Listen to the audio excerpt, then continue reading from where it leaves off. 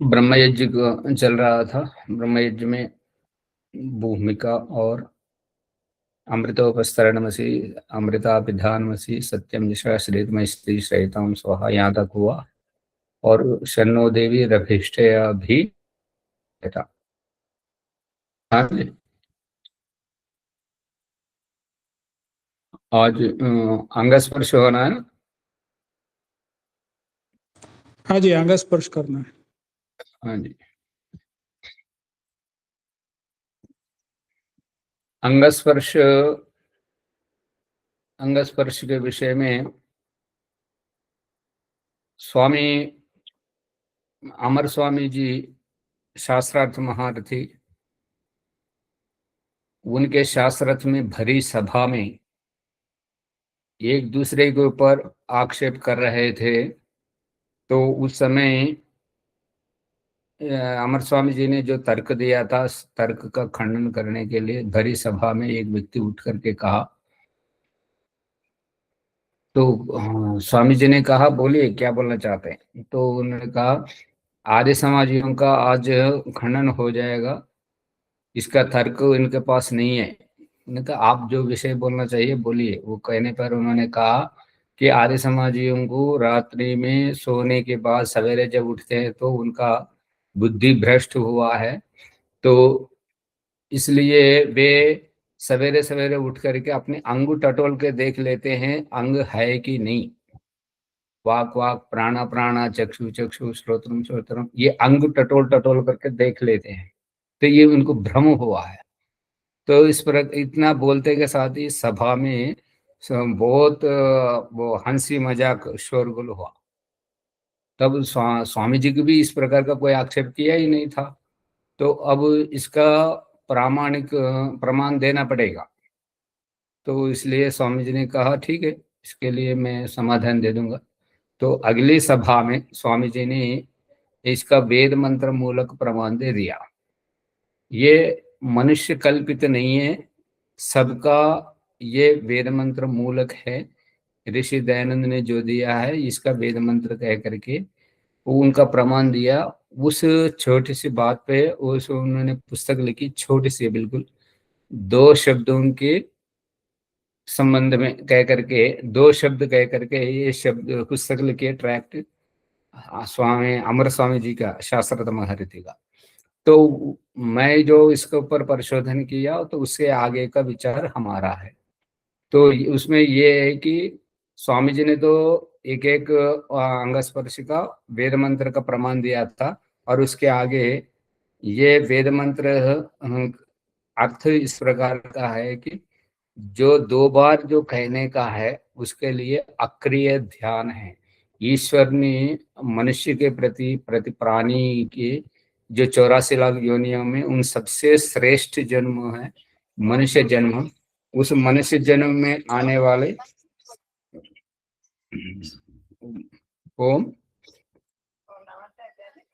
ఆన్లైన్లో వచ్చేయండి, అదే లింక్ ఉన్నది, నడుస్తున్నది, క్లాస్ నడుస్తుంది, ఇప్పుడు నడుస్తున్నది। हाँ, तो उस प्रकार का अक्रिया, क्रिया से क्रिया, अक्रिया की ओर क्रिया, मतलब जो जीवात्मा स्वर्ग से उतरते, स्वर्ग का जिसमें स्वर्ग में रह करके जो परम सुख को अनुभव करने का जो समय है वो पूरा होने के बाद ईश्वर के पास आया। ईश्वर ने उससे कहा, क्या बात है। तो मैं उसने जीवात्मा ने कहा, मैं यहाँ नहीं रहना चाहता, मेरे को कुछ किसी का संग चाहिए, जो माता पिता भाई बहन और मित्र शत्रु आदि का उनका संसर्ग चाहिए।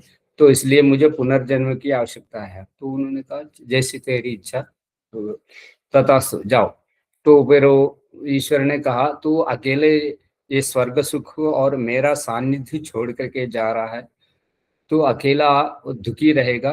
तो तेरा मनोरंजन के लिए वहां पर ये इंद्रियों का साथ ले जाओ, ये इंद्रियों से तेरा मनोरंजन हो जाएगा। तो इस प्रकार का ईश्वर ने कहा। तो वो जीवात्मा ये 84 लाख योनियों में आ गया। तो इसमें यह है कि जो स्वर्ग में जो अनुभव नहीं कर सका, उससे विशेष रूप से विशेष सुख का अनुभव करने के लिए वो आया हुआ है। तो इसलिए जन्म में आने के बाद वाक वाक, जो बोलने से पहले कुछ बोलने के लिए उतावला था और बोलने के लिए उतावला हुआ, जब बोलने के बाद उसको संतृप्ति ली, असंतृप्ति से तृप्ति की ओर, असंतोष से संतोष की ओर। वाक वाक वाक वाक, वो वाक एक बार, अवाक दूसरी बार। वाक बोलने के लिए, अवाक शांत रहने के लिए। और जो जो बोलना था बोल दिया, चुप हो गया तो अवाक रह गया। और जो खाने पीने के लिए, इस मुख से दो दो लक्षण है, एक खाने का, एक बोलने का। और दूसरा खाने के लिए, भोजन आदि खाने के लिए, जलपान आदि करने के लिए, खाने के लिए उतावला था, खाने के बाद संतोष हुआ। और खाने से पहले भूख से पीड़ित था, खाने के बाद संतृप्ति हुआ। पीने के बाद, पीने से पहले वो प्यासा था, आकुल था, और पीने के बाद संतोष रहा। तो ये असंतोष से संतोष की ओर, असंतृप्त से तृप्ति की ओर, इस प्रकार का ये जीवात्मा का वाक वाक। प्राण प्राण, सांस लेने के लिए, सांस लेने के लिए लेने तक उतावला, लेने के बाद संतोष, संतुष्ट रहना। और छोड़ने से पहले, छोड़ने के लिए उतावला होता है, और छोड़ने के बाद फिर संतुष्ट रहता है। तो असंतुष्टि से संतुष्टि की ओर, इस प्रकार का ईश्वर ने जो है अब हमारे इंद्रियों से जीवात्मा को वशीकरण, वशीकरण विद्या, वशीकरण से, जो असंतोष से तू स्वर्ग सुख को छोड़ के चला गया है, जो मेरा सानिध्य छोड़ के तू दूर चला गया है, तो जहां जा रहा है, जो कुछ करना है, वो तू अपने असंतोष को संतुष्टि के लिए कर रहा है। तू कर, तू इंद्रियों का भोग कर। तो जब इंद्रियों में कुछ नहीं रहा, तो वो फिर जब स्वर्ग के लिए, मुक्ति के लिए आ जाता है, तो फिर उस मुक्ति में आ जाता है। उस मुक्ति में पहले इंद्रियों को जीतना। इंद्रियों के जीतने का मतलब है कि बिना इंद्रियों के जीवित रहना। जैसे अंधा, और जैसे गूंगा, जैसे लंगड़ा, जैसे लूला। लूला बिना हाथ के, लंगड़ा वो जो बिना पैर के, अंधा बिना आंख के, गूंगा बिना बोलने की शक्ति के बिना, और बहरा बिना सुनने की शक्ति के बिना, जीवित रह करके भगवान दिखा रहे हैं। तो इन दृष्टांत से क्या है कि वाक वाक, प्राण प्राण, चक्षु चक्षु, श्रोत्रम श्रोत्रम, इस प्रकार का असंतुष्टि से संतुष्टि की ओर ला रहा है। तो इसलिए पहले वाक वाक हुआ, फिर प्राण प्राण, चक्षु चक्षु, कुछ देखने के लिए उतावला रहता है, देखना है, उसमें क्या है, उसमें क्या है, इसमें क्या है, देखने के लिए उतावला, देखने के बाद फिर संतुष्ट है। तो सुनना, अरे कुछ आवाज आ रहा है, क्या है, सुनना सुनना, सुनने के लिए उतावला, और सुनने के बाद फिर संतुष्टि। इस प्रकार का कुछ करना है, करने के लिए हाथ उठा करके काम करना, और करने के बाद फिर शांति रहना। चलने के लिए पाँव, पाँव से उठ करके चलना, और चलने के बाद वो उसकी संतुष्टि। इस प्रकार का हर एक इंद्रियों से काम करना, इसके इससे आत्मा अपनी संतुष्टि कर रहा है। पर ईश्वर इसको जोड़ दिया है कि तुम क्रिया के लिए उतावला है, तो इसलिए क्रिया से तू शुरू करेगा, अक्रिया में मेरे पास आएगा। ये इसका सारांश है। समझ रहे हैं ना जी, प्रभाकर जी? हाँ जी, हाँ जी, समझ रहे हैं। हाँ, तो ये सबका इसका सारांश है कि क्रिया से अक्रिया की ओर आना है, ना कि ये पानी लेकर के वाक वाक, प्राण प्राण, चक्षु चक्षु, ये अंग टटोलना है। इस पर मेरा कहना है, जो इस गहराई को नहीं पकड़ेगा, तब तक उनको पानी से अंग टटोलता रहना पड़ेगा। जब तक टटोलते रहेंगे, तब तक उस पौराणिक दूसरे मत संप्रदाय के लोगों से उपहास का पात्र बनना ही पड़ेगा। नान्यः पंथ विद्यते नाय। समझ रहे जी? जी ये अंग को टटोलना नहीं है, इसके गहराई। दयानंद ने कहा, नोचेत ना, यदि आपने इस गहराई को जान लिया, तो फिर टटोलने की आवश्यकता नहीं है। यदि टटोलना ही दयानंद का उद्देश्य है तो फिर लूले को बिना हाथ के, अंधे को बिना आंख के और बहरे को बिना का सुनने की शक्ति के और लंगड़े को बिना पैर क्यों पैदा कर रहे हैं?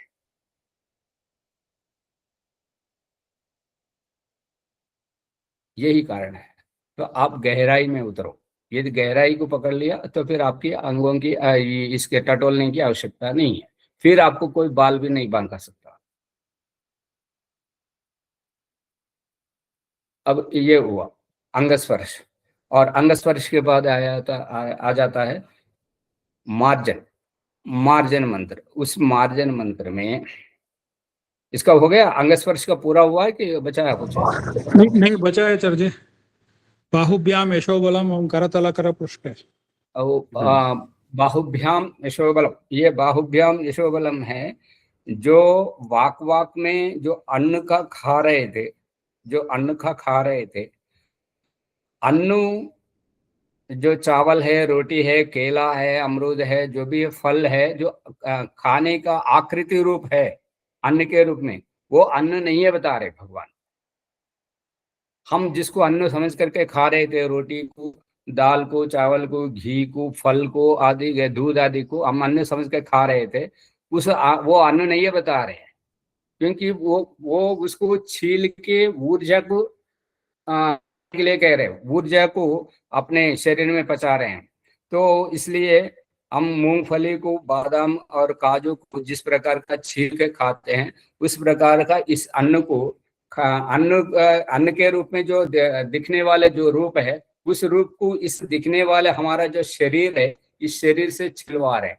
पहले से उसको कुटवा रहे हैं मुंह में रख करके, अन्न को मुंह में रखवा करके जबड़ों से उसको कुटवा रहे हैं।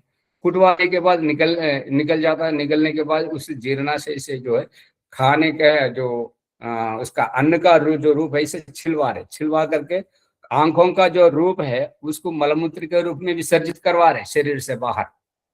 और जो ना दिखने वाला अन्न का ऊर्जा है, अन्न रस है, उसको हमारे शरीर में पचने के लिए, जिससे हमारा ऊर्जा बल मिल जाता है, और उससे बाहुभ्याम यशोबलम, जिससे हम अच्छा बुरा जो कर्म करते हैं उस ऊर्जा से करते हैं, अन्न का ऊर्जा। करतल कर पृष्ठे, करतल जो अच्छा है, जो ये हमारा जो हाथ है, बायां हमसे हमेशा दायां देखता है और दायां हमेशा बायां देखता है। और चलने के वाले पांव का मुंह जो है, दाएं पांव का मुंह बाईं ओर है, बाएं पांव का मुंह दाईं ओर है। ये बता रहे हैं कि जो दाएं पांव से जो चलता है उनका बाईं ओर, उत्तर की ओर, उन्नति की ओर। जो दाएं पांव से आगे चलता है उसका हमेशा दाईं ओर चलता है। बाएं पांव से जो चलता है, बाएं पांव का मतलब है कि वो उसको दक्षिण की तरफ, पितृवंश की तरफ, अपने मैं, मेरा परिवार, मेरा स्वार्थ, मेरा अपनी निजी पहचान। और दाएं पांव का चलना है कि उसका उत्तर की ओर मुख है, मेरी चाल, मेरा आत्म कल्याण और मेरा उद्धार, मेरी अभ्युन्नति, जिसमें मेरी शरीर की नहीं रहती, मेरा पहचान नहीं रहता, मेरा वंश नहीं रहता, दाईं तरफ। इसलिए दाएं पांव जो कोई शुभ कार्य है और कोई गृह प्रवेश है या कुछ और अच्छा काम करने के लिए दाएं हाथ से करना, दाएं पांव आगे बढ़ाना, उसका मुख का मतलब है कि पांव का जो उठा हुआ भाग, वो उठा हुआ भाग रहता, और दक्षिण की तरफ ये सारा बंद पड़ा रहता है पांव का। देखे हो कि नहीं? ये समझा नहीं, फिर से बोलिए। अच्छा, कहाँ से उठा रहेगा, कहाँ से बंद रहेगा? जैसे टकना है ना, ये ఓం ఆచార్య हाँ जी, అమ్మా बोलिए। ఇప్పుడు బాహుర్మే బలమస్తు అని అడుగుతుండ్రు కదా అన్నయ్య వాళ్ళు. అవును, దానికి బలం ఎక్కడికి వెళ్ళి వచ్చింది? బాహుర్మే బలమస్తు మళ్ళీ ఇంకోటి ఏంటంటే చంటి పిల్లల్ని పైకి లేపడం అది కూడా ఉంది కదా ఆచార్య. ఇది అన్నారు అది కదా. కూడా వస్తుంది, అది కూడా వస్తుంది। అది ఉమ్. वो राम मोहन जी, आप तेलुगु तो समझ में नहीं आ रहा होगा। थोड़ा थोड़ा समझता हूँ आचार्य जी, पूरा नहीं। अच्छा, वो माता जी ये कह रही है कि जैसे हम बाहु से क्या क्या काम करते हैं, तो इनको मैंने तेलुगु में ये बताया था कि भाई ये जो बच्चे को ऊपर उठाते हैं ना, ऊपर उठाने के लिए बाहु जो ऊपर ऐसा वजन उठाते हैं, तो ये बताया था। और दूसरी बात जो है, ये ऊर्जा क्या चीज होती है, तो वही ये चमड़े का पिस्तौल है, जिससे कि वो ना दिखने वाला वो गोला है, वो सीधा मारो तो कहीं से भी मारो, कहीं से भी मारो, सीधा नाक के पास आकर पता चलता है। तो जिसको पात कहते हैं, पात से है ना, तो वो उसकी बात है ये। तो इस प्रकार की माता जी वो उनको तेलुगु में समझाया था, वही बात वो याद दिला रही है। और तो मतलब जो पात पात कैसे निकलती है, वो तो शरीर से निकलती है, निकलने के बाद वो सीधा कहाँ नाक में लगती है, उसको पता चल जाता है। तो वो बात है, उसके ऊर्जा किसी कहाँ से आती है उसके, वो बोला था। और हाथों से वजन उठा करके जो दिखाते हैं, उसके लिए वो बात है। और आचार्य जो जी, अभी और एक बोलिए बोलिए। ओम नाभिः ओम हृदयम ओम कंठः, ये बोलते हैं ना आचार्य जी। अच्छा हाँ ठीक है, वो मैं बोले पहले पुस्तक सामने रखे तो पता चल जाता है, क्योंकि बीच में जो छूट रहा है। आचार्य जी नाभिर्मे चित्तम,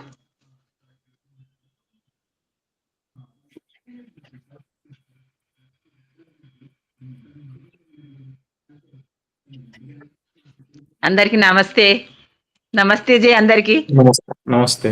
हाँ नमस्ते अम्मा। హిందీ అర్థమవుతుంది కానీ చెప్పడానికి రాదు, మీకు తెలుగు అవుతుంది, అర్థమవుతుందా మీకు? हाँ కొంచెం కొంచెం కొంచెం కొంచెం అమ్మగారు మధ్యలో ఒకరు బెంగళూరు నుంచి, ఆచార్య జీ ఒకరు బెంగళూరు నుంచి, ఇంకొకరు రామారెడ్డి నుంచి, ఇక్కడ ఆశ్రమం నుంచే మాట్లాడుతున్నారు। ఏ రామారెడ్డి? రతాల రామారెడ్డా?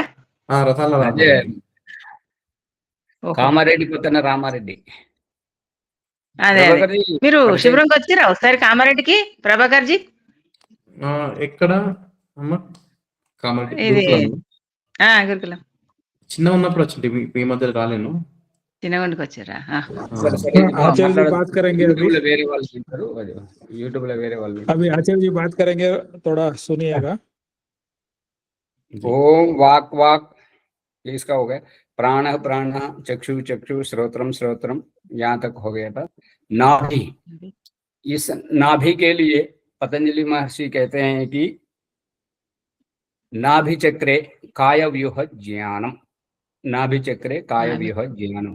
नाभि चक्र का जो है काया, काय मतलब शरीर का, व्यूह मतलब जिसकी संरचना जो है, आजकल मैं वो इसका आध्यात्म दर्शन ग्रुप में जो होंगे, वो नाभि चक्र से माँ के साथ और पिंड का कैसा संबंध जुड़ता है, वो उस गर्भनाल का वो उस चित्र में रखा हूँ।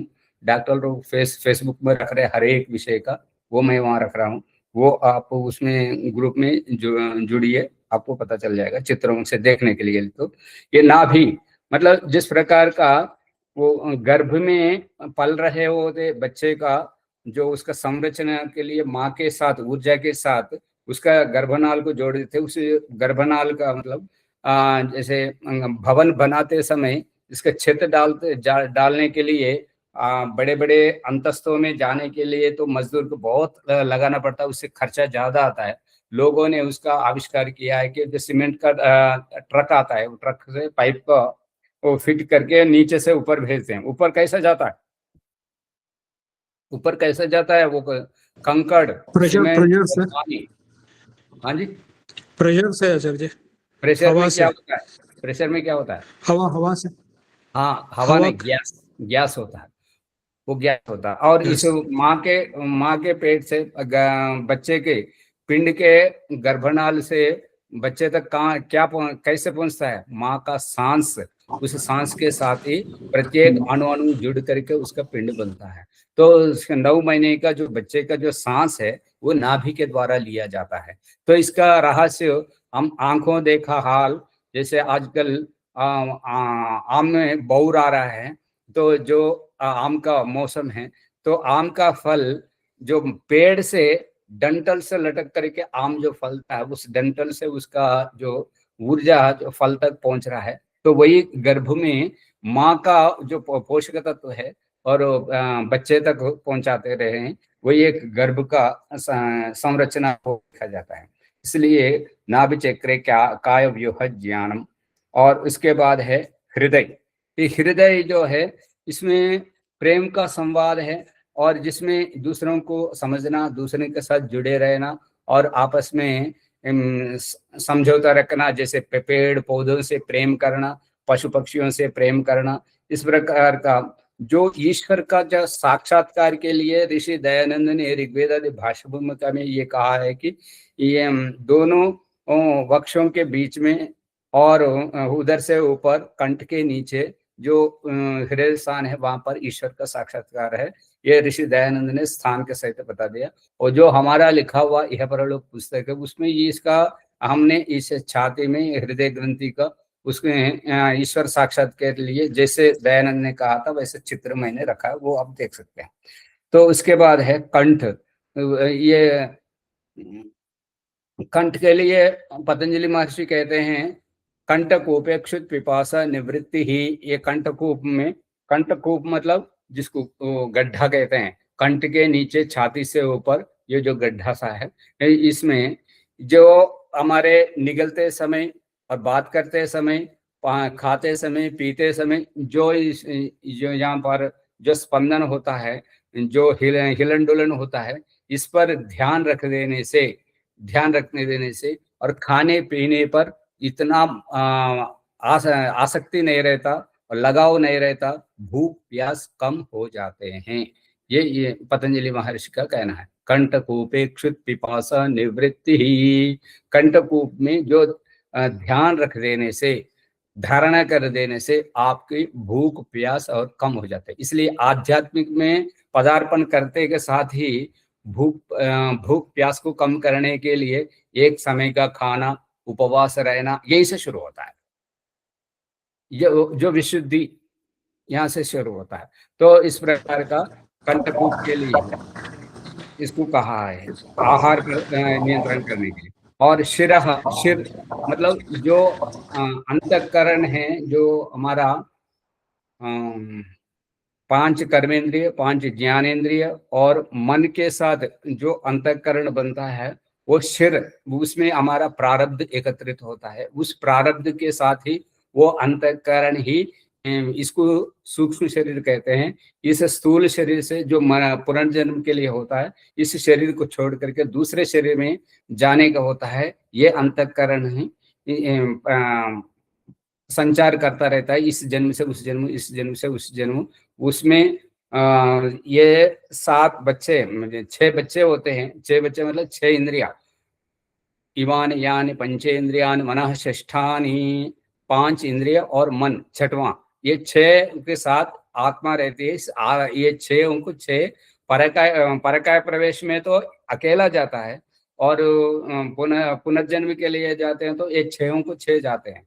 तो इसमें लोक में ये कहते हैं कि पंच प्राण, ये आदि शंकराचार्य ने उसमें परकाय प्रवेश में उनके 5 प्राण उखड़ जाने का वो दिखाते हैं, वो गलत है।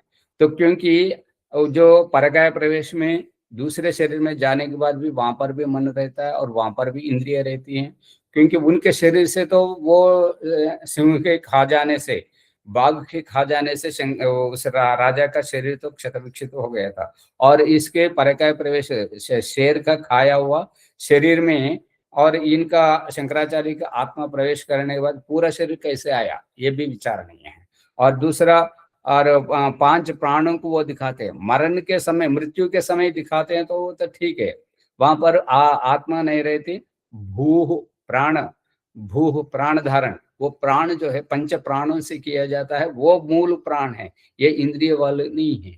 ये इंद्रिय वाला अंतःकरण अलग चीज है और वो प्राण अलग चीज है। ये प्राण जो है जब से स्वर्ग से उतरा पंचमहाभूत और अन्नवोषधियों के द्वारा पुरुष शरीर में आने पर वो प्राण धारण करने का वो पंच प्राणों से होता है। इंद्रिय रहना न रहना उसके कर्म फल पर आश्रित रहता है। गूंगे के लिए भी पंच प्राण है और अंधे के लिए भी, बहरे के लिए भी पंच प्राण रहते हैं। तो ये छहों का जो अंतःकरण रहता है ये आत्मा का पुनर्जन्म के लिए इस शरीर को छोड़ के दूसरे शरीर में जाना ऐसा होता है। समझ रहे हैं नहीं प्रभाकर जी? इसमें पंच प्राण, पंच प्राण अलग चीज है, पंच इंद्रिय अलग चीज है, छठवां इंद्रिय अलग चीज है, ये सब अलग अलग है। तेलुगु में तो ये सारे लोग रोज इसका पुनस्मरण कर रहे हैं, पूर्व आत्मनिरीक्षण प्रकरण कर रहे हैं। एक दिन आत्मा का, परमात्मा का और पंच इंद्रियों का, पंचकोशों का और इसका सप्त व्याकृतियों का, ये सारे अभ्यास कर रहे हैं। तो आप लोग अभी आए हैं तो अभी से कक्षा शुरू हुआ है। इसका यदि पुनः आत्मनिरीक्षण प्रकरण होगा, पूर्वाभ्यास का प्रकरण होगा तो इसमें भी वही चलेंगे, उसी का अभ्यास करवाया जाएगा, तब आपको पता चलेगा। तो पंच प्राण अलग चीज है। जैसे अग्निहोत्र का जो मूल मंत्र है, जहां से अग्निहोत्र शुरू होता है, भूर भुवः स्वः। ऋषि दयानंद लिखते हैं कि भूर भुवः स्वः इस मंत्र को बोल के ब्राह्मण क्षत्रिय वैश्य के घर से अग्नि को ला। तो उस प्रकार का पहले तो आप भू का अर्थ क्या होता है? प्राण धारण करना। जो शुद्ध आत्मा है, जो स्वर्ग में रहने वाला है, प्राण को धारण करने वाला है, वो उसके लिए बात है। जो पुनर्जन्म में जा रहा है, पुनर्जन्म में जा रहा है, उसकी बात नहीं है, वो तो प्राण सहित ही है। तो जो भू हो प्राण धारण करना और भुवः जो दुखों को दूर करने का प्रयास, वो आगे आगे के प्रकरण में आएगा। और स्वः जो स्वयं सुख स्वरूप है और अपने उपासकों को स्वयं सुख की प्राप्त कराने हारे परमात्मा। तो इस प्रकार का जो भू भुवः स्वः इन तीनों को जान लिया तो उनको बाकी कुछ जानने का कुछ नहीं रहता। वेदों में कुछ नहीं है और दर्शन शास्त्र में, किसी भी शास्त्र में कुछ भी नहीं है। भू का मतलब है कि प्राण धारण करना, 84 लाख योनियों में आना। और जो क्रिया से प्रयास करने का है वो दुख दूर करने के लिए। आप छींक किस लिए रहे, खांस किस लिए रहे हैं, पलक क्यों झपका रहे हैं, खा क्यों रहे हैं, उठ क्यों रहे हैं, बैठ क्यों रहे हैं? ये अपने दुख असुविधा को दूर करने के लिए, सुविधाजनक बनाने के लिए, ये दुख दूर करने का। और स्वः स्वयं सुख स्वरूप परमेश्वर जो है अपने स्वयं सुख में हमेशा बने रहते हैं और अपने उपासकों को स्वयं सुख की आनंद प्राप्त करा रहे हैं। तो पलक झपकना क्यों? आंखों का सूखापन को दूर करने के लिए, अपने सुविधाजनक बनाने के लिए। सांस क्यों ले रहे हैं? जो फेफड़े हैं और उसको वो सक्रिय बने रहे तो हमारा जीवन रहता है, उसके लिए तरोताजगी हवा भरना। और जो बासी हवा है उसको बाहर निकालना, गर्मी बाहर निकालना है। प्रश्वास गर्मी, वो फेफड़ों की गर्मी है वो बाहर निकालना है।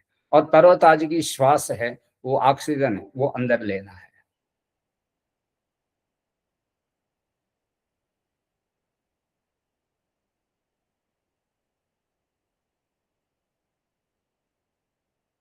आवाज नहीं आ रही मुझे। शायद कट गए, वो उनका लिंक कट गया।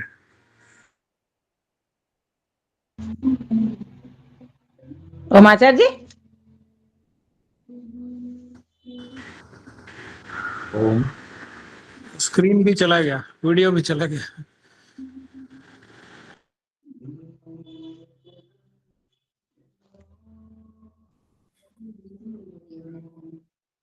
हाँ जी, नमस्ते जी। हमारा नया कंप्यूटर को चोर उठा के ले गया था और ये पुराना दे गया। ये बीच बीच में चार्जर साथ नहीं दे रहा, कंप्यूटर साथ नहीं दे रहा, उसमें बीच बीच में यही विघ्न होता है। अभी दोबारा जहाँ शिफ्ट होंगे वहां पर नया प्रबंध करेंगे। ठीक है, उसके लिए हम क्षमा चाहते हैं। तो इस प्रकार का स्वयं को स्वरूप, ये क्रिया से अक्रिया की ओर जाना, इस जीवन मुक्ति की ओर जाना। तो इस प्रकार का ये जीवात्मा का प्रयास रहता है। इसलिए यहाँ पर स्वपुनात घंटे महापुनात वरदे नहीं कने कंठ शिरः, ये अंतःकरण की बात हो रही है। अंतःकरण, ओम शिरः, शिरः सिर मतलब सिर में जो अंतःकरण है, पांचों इंद्री और छठवां मन के साथ आत्मा का जो जन्म से जन्मांतर में जाने के लिए ये सूक्ष्म शरीर की ये बात हो रही है, शिरः।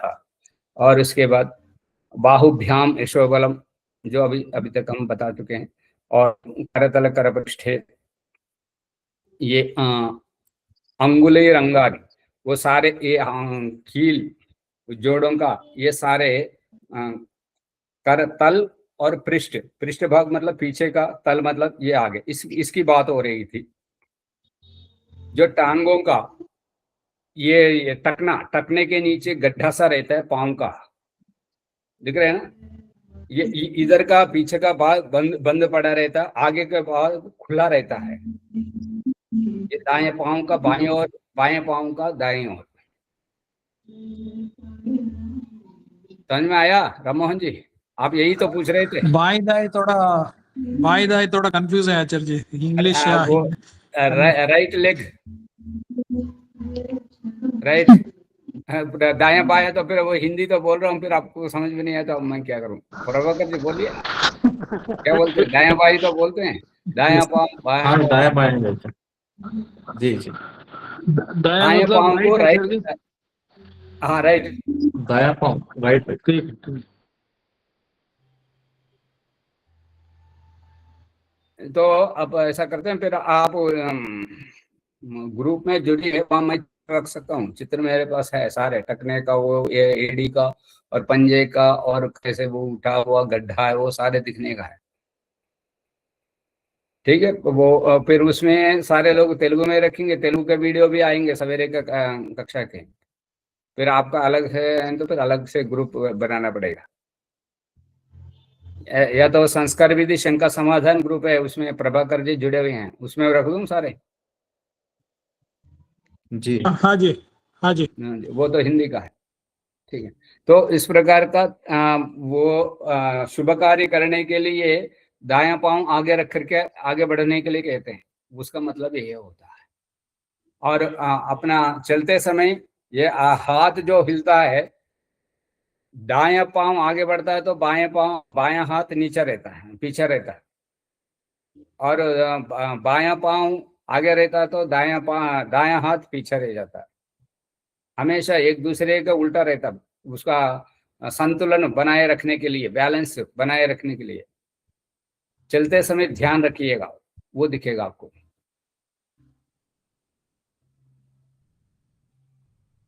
समझ में आ रहा है जी? जी हाँ जी। ये एकदम नया विषय होने से तो थोड़ा अटपटा सा लगता है, पर है कि वो पूरा गंभीरता के साथ ही विषय चल रहा है ये। तो अब अंग स्पर्श पूरा हुआ है, इसमें कोई शंका है तो आप पूछ लीजिएगा, फिर उसके आगे बढ़ते हैं मार्जन मंत्र में। जी, इसमें ओम ओम हृदय, हाँ जी बोलिए, एक बोलिए।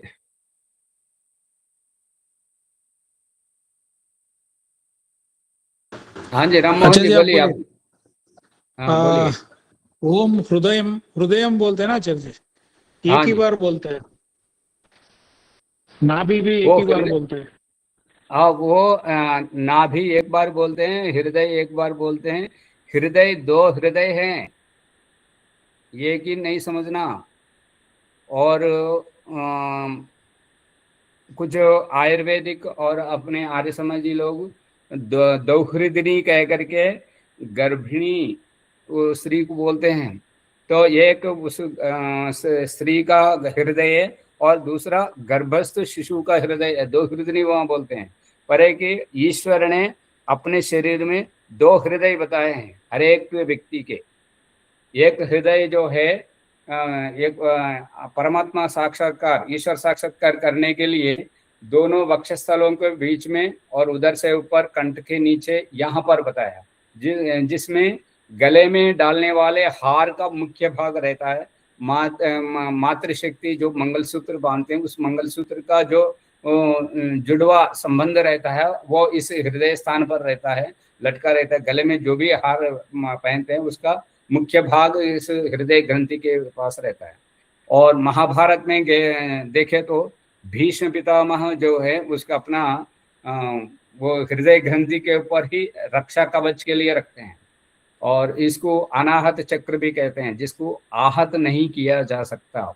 और इसके लिए वेद में कहा है कि अष्टचक्र नवद्वार देवानाम पूरा अयोध्या, अयोध्या जो जिस पर युद्ध नहीं किया जा सकता ऐसा स्थान को हृदय स्थान कहा है।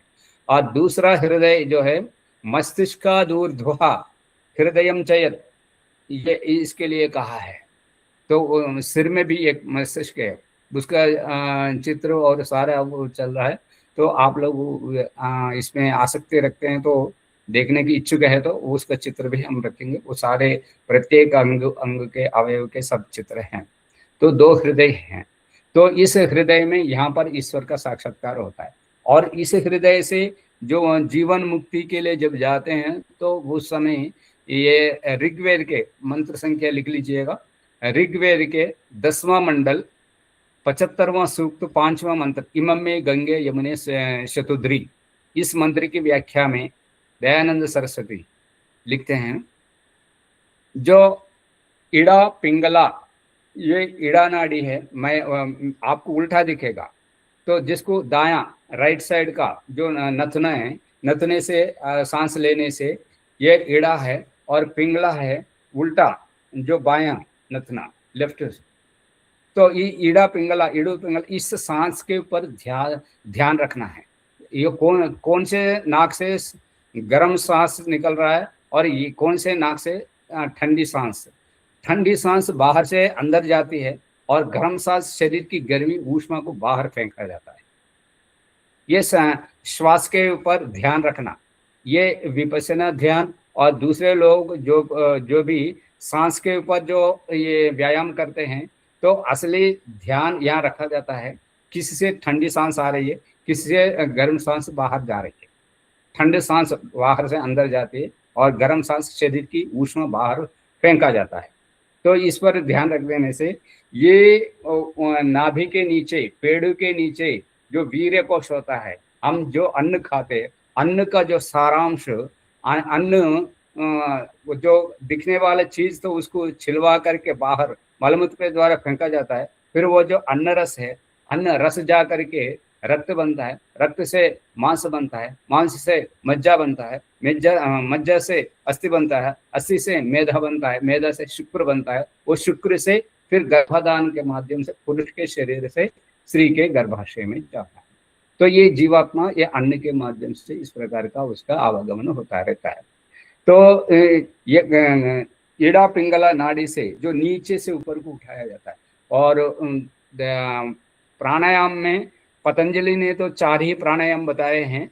कौन सा? बाह्य प्राणायाम और आभ्यंतर प्राणायाम और स्तंभवृत्ति, और चौथा है बाह्याभ्यंतर विषयाक्षेपी प्राणायाम। ये 4 बता दिए। और दयानंद ने छांदोग्योपनिषद का प्रमाण लेकर के सत्यार प्रकाश के प्रथम समोल्लास के अंतिम प्रकरण में बता दिए हैं उद्गीत प्राणायाम। उद्गीत प्राणायाम तो वो उसको कहते हैं जो सांस को उठा करके जो उपासना करते हैं। उसमें हम जो अन्न हम खा रहे थे, उस अन्न से जो शुक्र रूप बन रहा था, उस शुक्र रूप से हमारी ब्रह्मचर्य का पालन होता है। उस शुक्र रूप से हमारा रोग निरोधक शक्ति बढ़ती रहती है, इम्यूनिटी पावर बढ़ता रहता है। तो उसे ऊर्जा शक्ति से इड़ा पिंगला के ऊपर से नीचे से ऊपर को आत्मा उठ करके आकर के इस हृदय स्थान पे साक्षात्कार होता है। उस साक्षात्कार के बाद फिर उसको देहांतर, वो ओम खम ब्रह्म पुनात सर्वत्र, वो आगे के ये शरीर को छोड़ के आगे जाने के बाद की बात है। तो इसलिए ये हृदय तो इस शरीर में रहते समय जो विद्वान लोग, जो ऋषि मुनि, जो विद्वान लोग ईश्वर साक्षात्कार करके देह में बने रहते हैं, वो इस हृदय स्थान पर साक्षात्कार करके रह जाते हैं।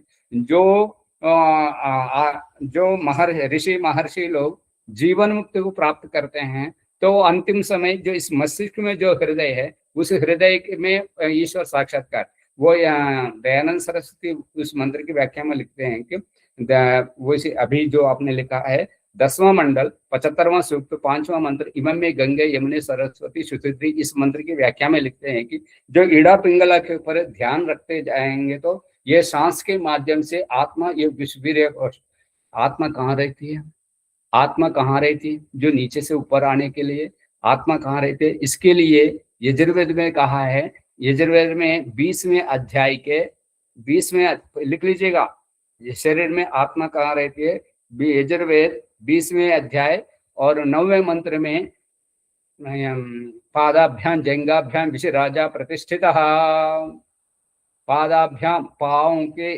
जंघाओं के मध्य में विषय राजा, विषयवान राजा देहात्मा प्रतिष्ठित प्रतिष्ठित है, इसलिए उसको वहां से ऊपर उठाना है। वहां कब गया, वहां कब गया, जो नीचे है वहां क्यों गया, तो उसके लिए ये कहते हैं कि ओम, अभी माध्यम मंत्र में आ रहा है, ओम भूः पुनात शिरसी, इस मस्तिष्क से जो काम लेना, सोच समझ से जो काम लेना, उससे गिर गया है, वो सोच समझता नहीं है।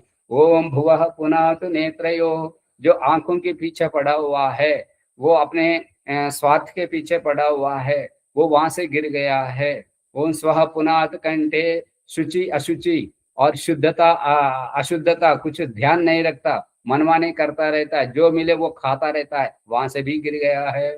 ओम महापुनात हृदय, जिसे प्रेम नहीं, कुछ नहीं, किसी को हर किसी को धोखा देना, पत्नी को धोखा देना, माँ बाप को धोखा देना, बच्चे को धोखा देना, और हर किसी को धोखाधड़ी से करता रहता, पशुओं का वध करना और बेचना, करना, मांस खाना, सब कुछ मनमानी करना और क्रूर बने रहना, ये यहाँ से भी गिर गया है।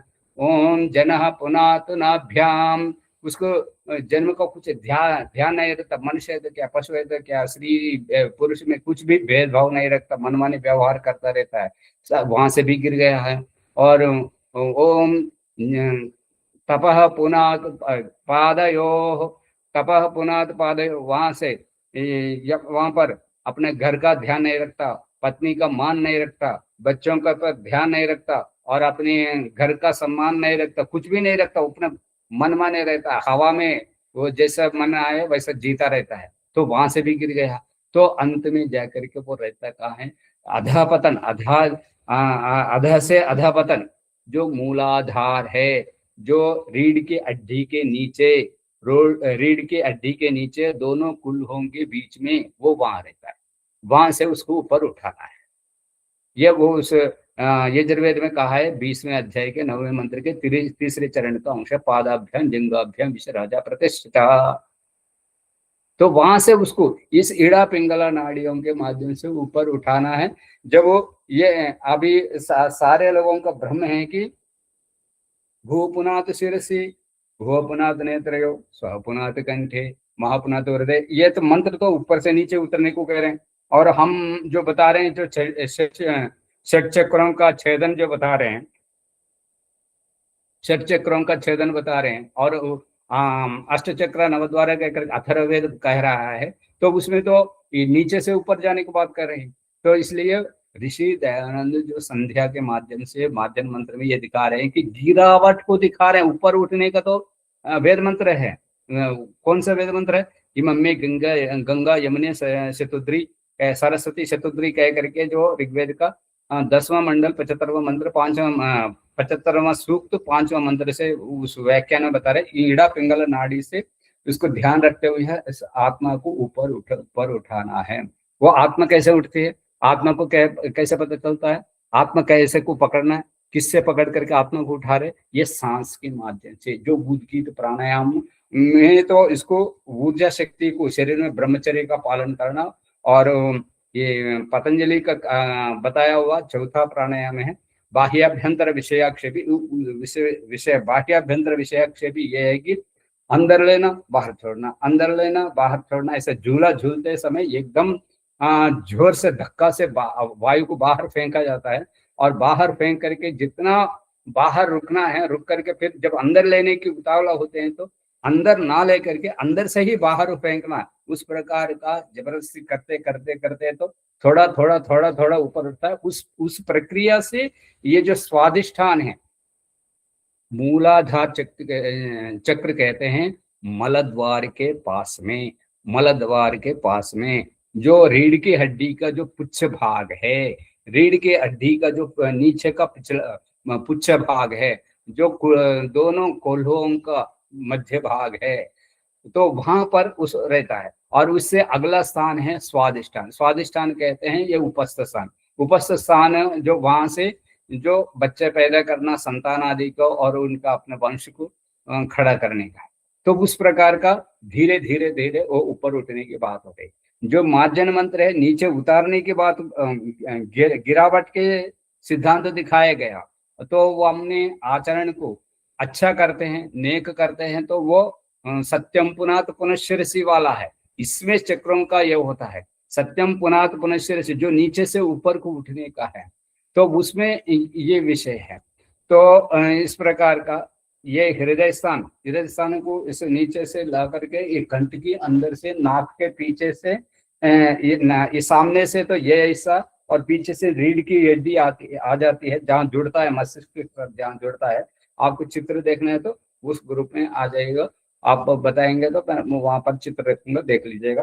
तो इसको ये सुषुम्ना नाड़ी कहते हैं। रीढ़ की हड्डी आकर के जहाँ मिलती है, और जो नीचे सामने से ये स्वादिष्ठान ना मणिपुर और अनाहत विशुद्धि नाक कंठ के अंदर से नाक के पीछे से जाकर के जहाँ मिलता है, जहाँ पर पीयूष ग्रंथि रहता है। पीयूष ग्रंथि मतलब पिट्यूटरी ग्लैंड, पिट्यूटरी ग्लैंड जिसको कहते हैं, वो जहाँ पर हम अन्न खाने से पहले उसको बता करके अन्न को अंदर लिया जाता है। जो अन्न हम शरीर के अंदर पहुंचाने से पहले ये ना मुंह के पास आते के साथ ही सांस जो सूंघ जाता है, सूंघने से वो सांस के माध्यम से इस पीयूष ग्रंथि में वो पहुंच जाता है, भाई ये कौन सा है, बासी है, अच्छा है, बुरा है, ये तुरंत पता चल जाता है। तो वो पीयूष ग्रंथि में आत्मा रहता है, वो जो संयंत्र, वो आत्मा ये कहता है, हाथ को कहता है ये जा, वह सिर में वो चींटी काट रही है, या जुआ ये रेंग रहे हैं, या जा, और पाँव में ये लगी है, वहां जाओ, वहां जाकर के उसकी रक्षा करो, ये आज्ञा देता है, पलक झपकने का आज्ञा। और कोई आवाज दे रहा है, उधर ध्यान दो, कान कर्णेंद्रिय को बता रहा है वो उसको सुनने के लिए, और नाक को बता रहा है कि ये जो कुछ आ रहा है, गंदा आ रहा है, इसको देखो, और पाँव कह रहे वहां मत रखो, वहां कांटा है, ये आज्ञा देता है, ये आज्ञा चक्र कहते हैं इसको। ये सारे पूरा विज्ञान भरा हुआ है, ये केवल कर्मकांड नहीं है। आर्य समाज के संध्योपासन और अग्निहोत्र ये बिल्कुल कर्मकांड नहीं है, हमारा जीवन का संयंत्र है। इसके लिए दिव्यमान और निर्माण ये कहा है दयानंद सरस्वती, इसका मैंने पूरा भरपूर लाभ उठाया, इसके ऊपर शोध कार्य किया। और प्रभाकर मेरे यह पर लोग पुस्तक को आप तो देखे होंगे, आपके पास है? जी तो नहीं है उसमें मेरे पास। नहीं है तो वो मिल जाएगा। और उसके पीछे मैंने यज्ञ चिकित्सा करके इस अग्निहोत्र के माध्यम से उनको कितना कितना लाभ हुआ वो सारे उसमें दिया हुआ है चित्र सहित। तो इसलिए यज्ञ में और ये संध्योपासन में अपना आत्मा का कल्याण ही कल्याण है, उद्धार ही उद्धार है। हम जितना करें उतना अपना उत्थान ही उत्थान होता है। और कर्मकांड है वो हमारे किसी काम का नहीं है। जो उनको दिया जलाना है, उसका टीका लगाना है, उसको नारियल फोड़ना, वो उससे हमारा कोई लेना देना नहीं। यदि वही सत्य होता, और जिसका हाथ नहीं है वो नारियल कहाँ से फोड़ेगा, जो गरीब है वो पूजा कहाँ से करेगा, जिनको पाँव नहीं है वो मंदिर तक कैसे पहुंचेगा। तो इसलिए ईश्वर ये कह रहा है कि जीवन, तुम्हारा जीवन जो है, तुम जिस प्रकार से हो, तुम अपने में जो कर सको वो वैदिक है, और जो अपने में नहीं है उसको जबरदस्ती करना पड़े वो नौटंकी है, वो हमारे किसी काम का नहीं है, मनोरंजन है। मैंने इतना समझा है। आपको जी, जो शंका हो वो संध्योपासना, पूछ लीजिएगा। जी संध्योपासना के विषय में तो हम इस हाँ प्रकार जी। कर सकते हैं। संध्योपासना के विषय में हम कह सकते हैं कि हम्म। मतलब बिना कर्मकांड आदि किए हुए हम इनको ध्यान में कर सकते हैं, लेकिन जो यज्ञ के मंत्र हैं उनमें किस कर्मकांड, प्रकार? हाँ वो इसी प्रकरण में आएगा, फिर उसको इसमें खींचेंगे, इसको उसमें। अच्छा, हाँ जी, वो हम एक क्रम से चल रहे हैं ना, जी तो जी ये जितना तक हुआ है इसमें आप प्रश्न पूछिए। जी। और चक्रों के विषय में आपने बताया स्वादिष्ठान, मूलाधार इत्यादि। एक जगह स्वामी दयानंद जी कहते हैं ना कि मतलब वो शव को पाक के देखते हैं तो उसमें कोई चक्र नहीं दिखे तो फिर वो मानते नहीं है, तो इस विषय में क्या कहेंगे? तो अभी हमारा प्रकरण चक्रों तक नहीं पहुंचा है, प्रकरण के जी अनुसार वो बताना पड़ा, वो कल के मार्जन मंत्र में है और प्राणायाम के मंत्र में है, वो चक्र का प्रकरण वो कल में है, कल का आएगा। जी आज जी समय हो गया है, आज जितना बताया हुआ है उसमें आप जो पूछना है पूछिए, कल के प्रकरण में वही है। जी जी, ठीक है। इसमें एक प्रश्न ये था कि वाक अवाक आपने बताया, वाक अवाक, जी, तो अवाक शब्द किस प्रकार यहाँ पर आएगा? अ शब्द तो नहीं है ना? आपका हो गया बोलना, जी जी। तो फिर रुकेंगे, आगे बोलिए ना। हाँ, मेरा प्रश्न ये है कि वाक अवाक आपने बताया ना, वाक वाक में वाक और अवाक, अ जोड़ा है आपने दूसरे शब्द में। ఆచార్య వాక్ వాక్ అంటుండు వాక్ వాక్ అమ్మగారు ఆగండి, అక్కడికే వస్తుంది వారికి। हाँ जी, बोलिए। अब रुकेंगे, बोलते क्यों नहीं? मतलब आपको जो पूछना शायद। था, आपको जो पूछना था, आपको जो बोलना था बोल दिए, फिर उसके बाद रुके क्यों हैं? तो आपको समाधान चाहिए ना, उसके लिए आपको अवाक रहना पड़ेगा। आप खा रहे हैं, खा करके फिर रुक क्यों गए हैं, फिर आगे क्यों नहीं खा रहे हैं? तो उसकी एक सीमा है, पेट की एक सीमा, मेरा भर गया, ठीक है ना? तो इसे जी वो जी अवाक की ओर ले जा रहे हैं। अवाक नहीं है, वह आकार है, आकार वो छंद, वो छंद मान लीजिए, कुछ भी मान लीजिए, वहां पर आ नहीं है, वाक वाक ही है, वाक वाक ही हम्म है। पर एक वाक वाक ही है तो बोलता ही रहने पड़ेगा, तो फिर वो रुकना किस बात की, संकेत किस बात का है?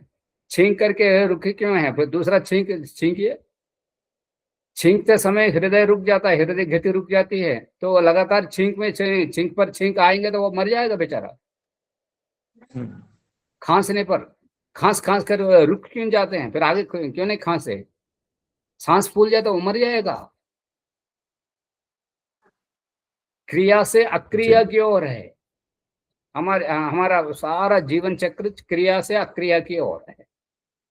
यज्ञ करना, संध्या करना, पलक झपकना, बोलना, चालना, खाना, पीना, सोना, उठना, जागना, हर कोई ये क्रिया से अक्रिया की ओर है। श्रीनिवास जी, चुपचाप ऐसे मत देखा करो, नजर लग जाएगा, बोलते रहो। समझ में आ रहा है कि नहीं आ रहा? वो माइक क्रिया माइक की ऑन ओर करो, बढ़ माइक ऑन गया। करके बोलो।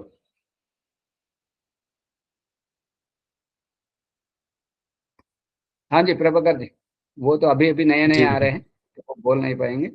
तो बाकी आप तो समझ रहे हैं ना विषय को, बिना जी। हाँ, समझे आगे समझ बढ़ने गए। मत दीजिएगा। ओम प्रकाश को आगे बढ़ने मत दीजिएगा, आपको जो समझ में आया तो ही आगे बढ़ने दीजिएगा। हम कितना पढ़े वो महत्व नहीं है, हमको कितना समझ में आया वो महत्व है, उसका महत्व रहता है। हाँ जी राम मोहन जी, चुपचाप नहीं बैठे रहना, नहीं तो नजर लग जाएगा, रात को सो नहीं पाएंगे। ठीक है जी। तो लोगों को जोड़िए, अच्छा लगेगा, नए नए लोग आएंगे तो प्रश्न उठाएंगे तो खुल जाएगा विषय और विस्तृत जानकारी मिलेगी। ठीक है जी। जी और इतने दिन बंद पड़ा था वो, तो लोग पूछ पूछ करके रह गए थे, फिर कब शुरू होगा, कब शुरू हो रखा है, किस समय? वो समय यही निश्चित है ना, 3 से 4, हाँ जी। या बदलना है? ठीक है, यही है तो यही बताएंगे। ठीक है जी, धन्यवाद। धन्यवाद आचार्य जी।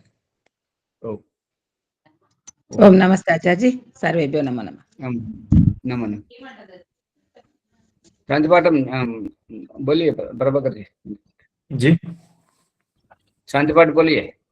ओम द्यौः शान्तिरन्तरिक्षं शान्तिः पृथिवी शान्तिरापः शान्तिरौषधयः शान्तिः वनस्पतयः शान्तिर्विश्वे देवाः शान्तिर्ब्रह्म शान्तिः सर्वं शान्तिः शान्तिरेव शान्तिः सामा शान्तिरेधि ओम शान्तिः शान्तिः शान्तिः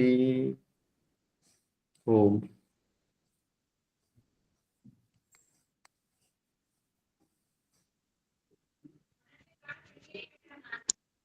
ఓ ఆచార్య అమ్మా ఉండండి. ఫోన్ చేస్తా ఆచార్య మాట్లాడతారా ఇప్పుడు? అదే మాట్లాడి, నీకు ఎవరు లేరు.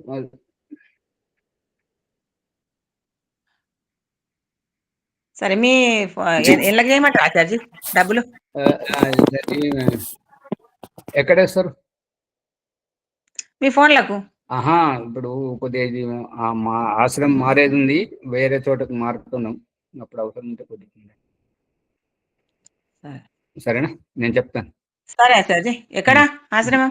అది ఇంకా ఇప్పుడు చెప్పుడే అవుతుంది, అందరికీ ఆశ చూపెట్టుడే అవుతుంది, అయినాక చెప్తా. సరే ఆచార్య. నమస్తే. నమస్తే. నమస్తే.